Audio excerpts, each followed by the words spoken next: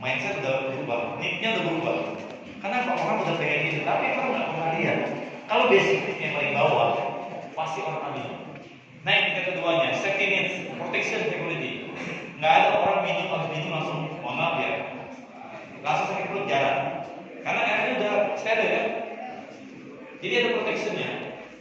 Itu yang kita sebut dengan jiwa entrepreneur harus memberikan yang terbaik. Jangan meracuni orang, jangan bikin orang sakit. Berikutnya, social need. Oh, ternyata ada sense of belonging, ada loss tadi. Orang sukanya apa sih? Kalau bicara basic need, secara entrepreneur, kamu harus tahu orang suka apa. Kalau kamu nggak tahu, repot kan? Kamu pacaran aja deh. Jendela kamu. Semakin banyak peluang itu timbul yang kamu lihat dengan mata kepala kamu sendiri, bukan kata orang-orang. Jalan kemanapun kamu lihat, kamu perhatikan. Jalan kemanapun kamu lihat, kamu perhatikan. Saya cowok.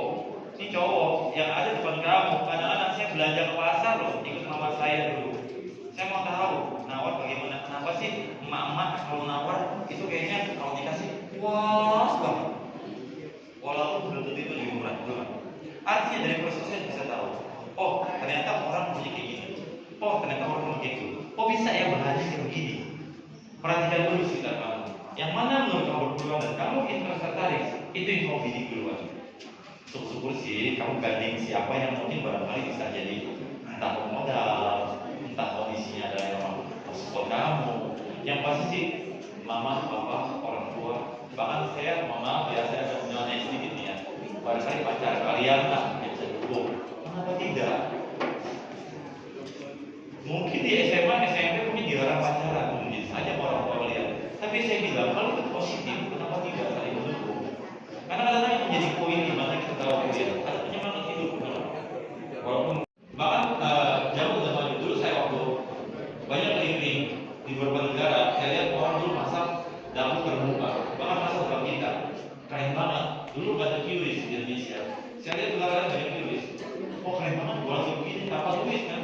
Tangannya nggak mengenal ya, nggak kotor. Kalau saya kapal bakso dulu di Indonesia, kalau bayangin ambil duit, ambil mie, foto-foto kantong, balikin, kasih lagi bakso, kasih. Dari mana? Mereka main-main ke India, Bangladesh segala macam. Mereka tuh jadi sekali.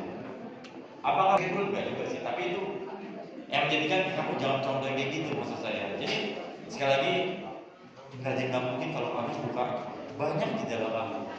Mau jadi pengusaha apa misalnya? Mau jualan cireng, kamu jauh sama orang yang jualan cireng. Jadi gini dulu nih, apa yang kamu suka? Oh ini. Atau kamu punya bakat kayak saya tadi. Saya bakatnya jualan. Ya saya lihat produk yang saya bisa jual gitu kan. Nggak perlu modal, ngambil modalnya trust, kepercayaan. Kalau orang berpercaya, sorry itu sih. Jangan kamu sekali-kali hilangkan kepercayaan orang yang sama kamu, apalagi cuma duit. Hati-hati, hilang rezeki kamu, hilang uang kamu. Nanti akan terbiasa kan ya. Cara Bapak melihat peluang atau tren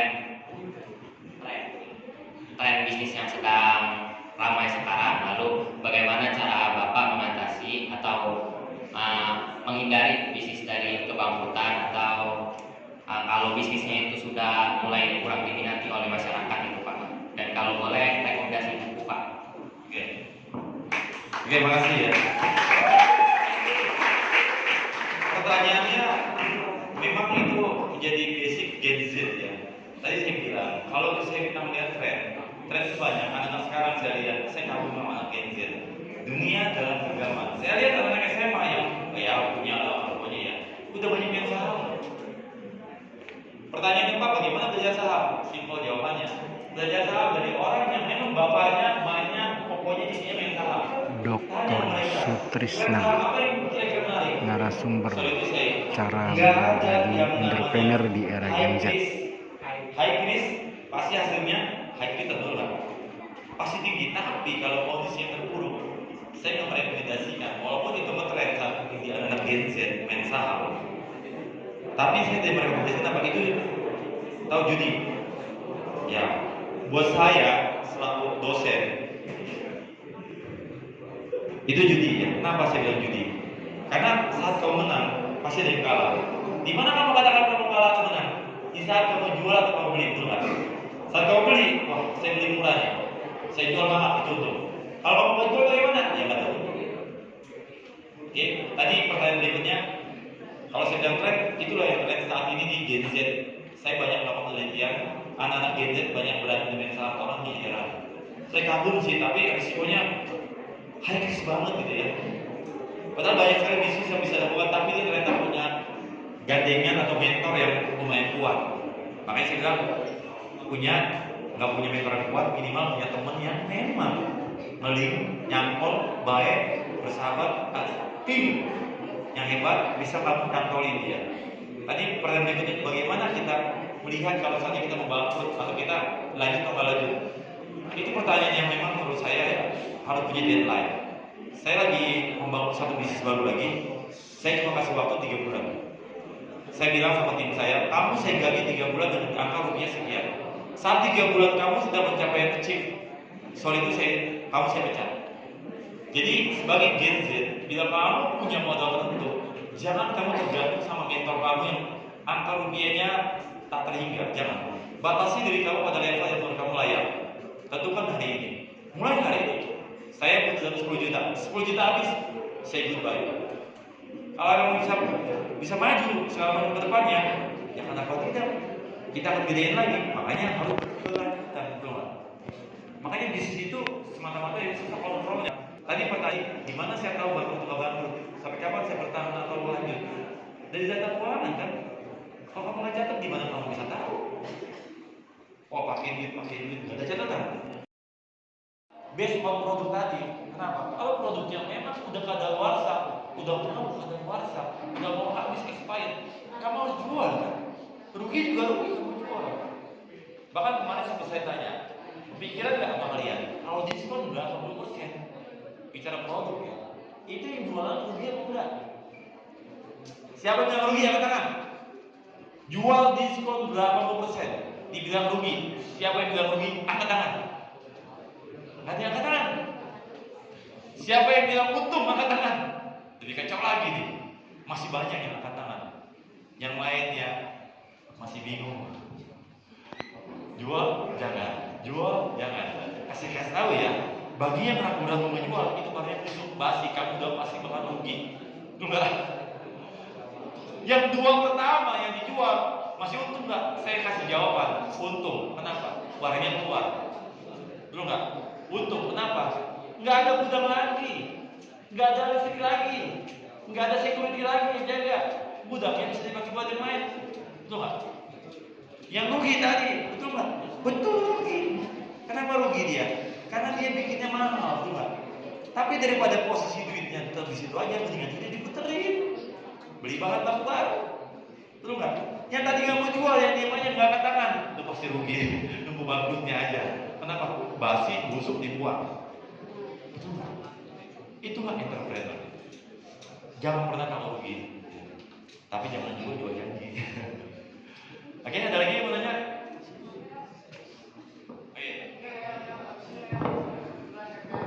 Perkenalkan saya Asyara dari Sebelas Bank. Saya ingin bertanya, kalau kita ingin membuka usaha itu online ataupun offline, itu kan pasti kita akan mengadakan promo dulu atau buy one get one biar menarik pelanggan untuk membeli. Tapi kalau misalkan kita mengadakan promosi kayak gitu, terus juga sepi dengan promo itu, apakah Bapak ada saran atau gimana? Itu aja mungkin, terima kasih. Ini masalahnya udah tinggi nih, udah jualan nih. Belum ide udah dia jualan. Percaya sama saya. Jualan itu ada dua hal. Tadi online sama offline, tergantung barang produk atau jasanya. Kamu nggak bisa mengatakan jualan, misalnya kamu jualan simple ya. Kamu jualan kayak ginian nih, aqua nih. Kamu jualan online misalnya gitu ya. Pertanyaannya, jualan aqua online sama jualan aqua offline online mirip nggak? Mirip kan? Produknya juga gampang ditemui kan? Nah itu pertama, pilihan dulu produknya apa ya.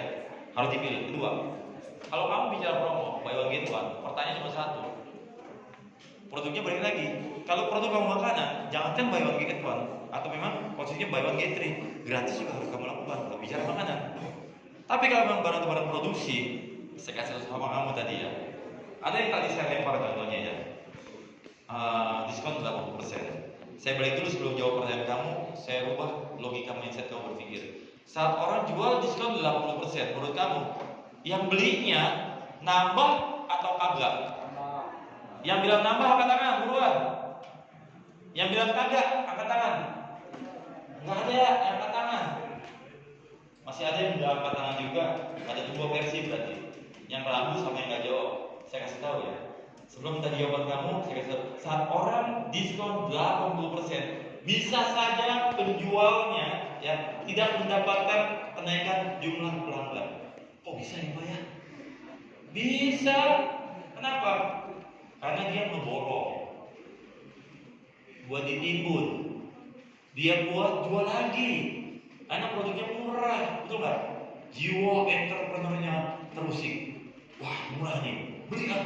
Timbun, betul nggak? Balik ke kamu tadi. Kalau buy one get one, betul nggak? Tadi udah saya jawab nih 20% ya. Buy one get one, barang produk kamu itu kepanikan sama orang.